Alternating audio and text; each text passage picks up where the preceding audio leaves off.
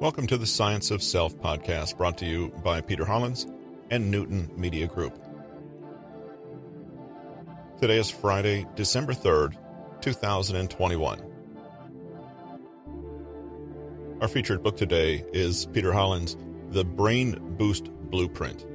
And while we can't necessarily train ourselves to be more intelligent, strictly speaking, we can engage our brains in multiple and novel ways, and somewhat indirectly become smarter as a result of that neural strengthening. We can improve our fluid intelligence, but not our crystal intelligence. This means that when we want to boost our brains, we're not actually focusing on improving the brain itself, but rather how to stimulate it and adapt to different situations. Thanks for joining us today. We hope you enjoy this episode.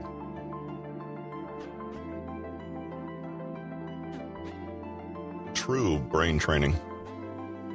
By now, it's more than clear that maintaining cognitive and mental health has a lot more to it than we previously assumed.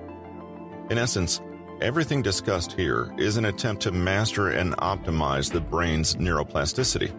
That is, the ability of the brain to rewire itself, literally changing neural pathways according to new information and skills it acquires. In other words, the brain adapts its structure to match its function. If you value learning, mental flexibility, good memory, and the ability to be creative, then it pays off to support all your brain's functions, not just the more narrow ones we've come to associate with brain exercise, chess, listening to Mozart, or doing number puzzles, for example. More and more, it seems that a strong and healthy brain and mind are the natural result of a complete lifestyle that facilitates health for the entire being. Use it or lose it perhaps describes this phenomenon best. The brain is not a muscle like the heart, and it doesn't need to be trained in quite the same way. But the brain is a tool composed of tissue and running on electrical and chemical energy that, through complex transformations, becomes our lived experience in this world. When you fail to use your muscles, they atrophy and weaken. When you fail to use your brain, it too becomes less conditioned over time. That's because, as we've seen, the way we use our brain has direct physical ramifications for the way it's shaped and how it functions. In the same way as those who played Tetris for 3 months ended up with a brain better adapted to playing Tetris, we too can shape our brain according to what we want to use it for. This is the heart of neuroplasticity. The brain eventually becomes better at what it does most. In this spirit, we can begin to think of a classic way to train the brain and make sure that it's putting down new, beneficial neural pathways in the way we need it to, by challenging ourselves. In this way, our brains really do have a lot in common with muscles. It's when both are pushed to the limits of their capacity that growth occurs. Challenge stretches us to accommodate new goals. We grow when we try to grasp something that's just on the edge of our ability, but not impossible to reach. Most neuroscientists and psychologists now understand IQ not to be a fixed, deterministic state of affairs, but rather an inherited range of possible IQs for each person. Then, within that innate range, the environment and the person's own efforts decide where exactly they fall. With hard work and dedicated learning, a person can push themselves right to the edge of their natural range and perhaps even squeeze some further performance from themselves. Similarly, a person who doesn't push themselves in this way will always have a store of untapped potential left over. They're capable of more, certainly, but their brain needs to be actively encouraged to reach those further bounds. Much early research into IQ and cognitive science focused on how to improve a person's natural talents.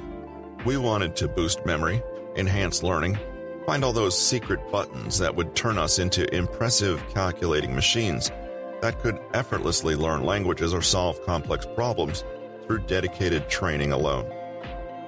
If you wanted to be better at languages, for instance, you would naturally spend time developing your linguistic abilities, right?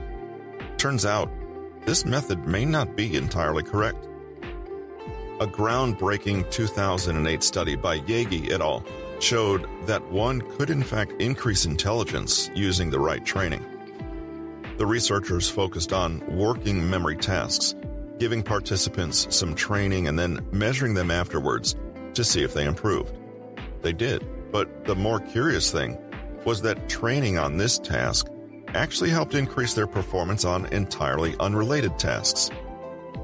How could that be? How could training for one skill help people be better at a completely different skill? This research was a game changer in the field of cognitive science because it strongly suggested a model of intelligence that contrasted with our old ways of thinking about the brain. Fluid intelligence is not the concrete facts and skills you bank when you learn something new, i.e., crystallized intelligence.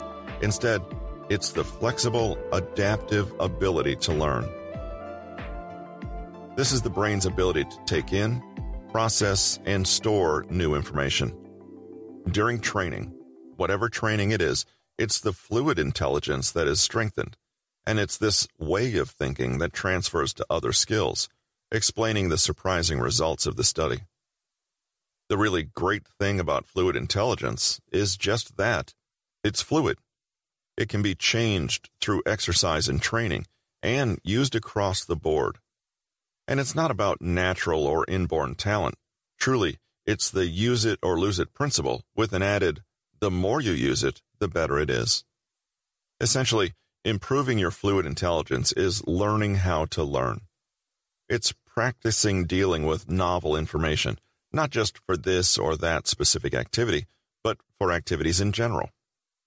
People with high fluid intelligence can thrive in a new field, even with very little actual knowledge on the topic, because what they possess is the optimized approach to learning, which is independent of any topic. In fact, fluid intelligence may be closer to what we're really thinking about when we discuss intelligence at all, and crystallized intelligence is more akin to knowledge, stored facts, and memory. So, how do we use this finding to help our brains navigate the world better? The trick is to use a big picture perspective on learning in itself. To get more detail, check out Peter Hollins' book Neurolearning on Amazon or Audible at bit.ly/neurolearninghollins. That link is in the show notes. Also, take a moment to go to Peter Hollins' homepage and request the free Human Nature Cheat Sheet, 7 surprising psychology studies that will change the way you think. This has been the Brain Boost Blueprint, how to optimize your brain for peak mental performance, neurogrowth, and cognitive fitness. Mental Models for Better Living, Book 4, written by Peter Hollins, narrated by Russell Newton. Copyright 2020 by Peter Hollins. Production copyright by Peter Hollins.